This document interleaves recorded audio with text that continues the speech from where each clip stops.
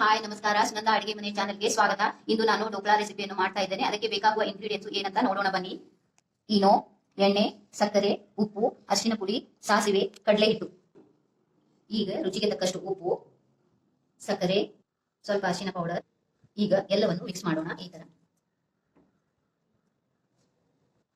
ಇವಾಗೆ ಸ್ವಲ್ಪ ಸ್ವಲ್ಪ ನೀರು ಹಾಕಿ ಹಿಟ್ಟನ್ನು ಮಿಕ್ಸ್ ಮಾಡೋಣ. ಈ ತರ ಎಲ್ಲವನ್ನು ಮಿಕ್ಸ್ ಮಾಡೋಣ.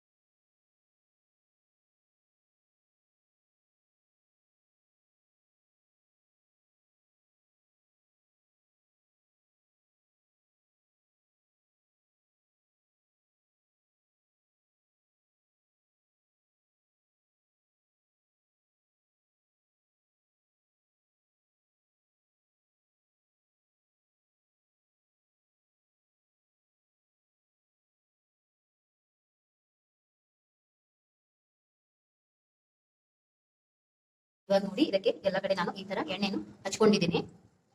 ಇನ್ನ ಹಿಟ್ಟು ಹಾಕ್ತಾ ಇದ್ದೇನೆ. ಇವಾಗ ನೋಡಿ, ನಾನು ಬ್ಯಾಟರ್ ಹಾಕ್ತಾ ಇದ್ದೇನೆ ಕುಕ್ಕರ್ ಪ್ಲೇಟಿಗೆ.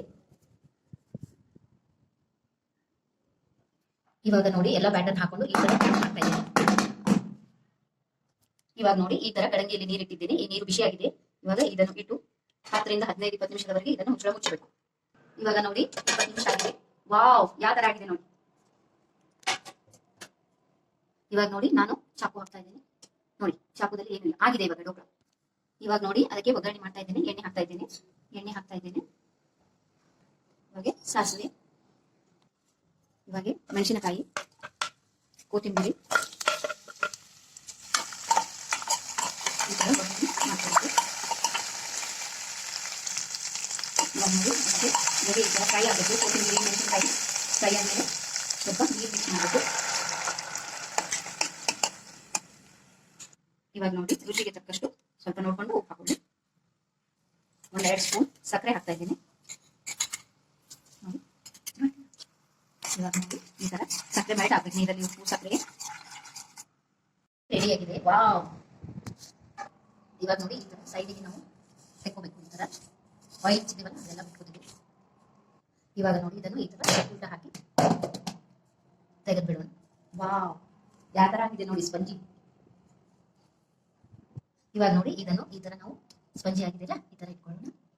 ಇವಾಗ ನೋಡಿ, ಇದನ್ನು ನಾವು ಕಟ್ ಮಾಡ್ತಾ ಇದ್ದೀನಿ. ಕೇಕ್ ತರ ಸ್ಪಂಜಿ ಆಗಿದೆ.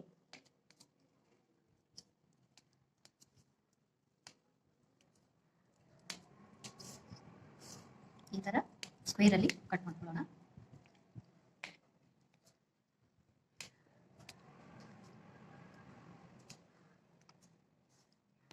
ಇವಾಗ ನೋಡಿ, ನಾವು ರೆಡಿ ಮಾಡಿರುವಂತಹ ಒಗ್ಗರಣೆಯನ್ನು ಮೇಲ್ಗಡೆ ಹಾಕ್ತಾ ಇದ್ದೀನಿ. ಈ ತರ ಮೇಲ್ಗಡೆ.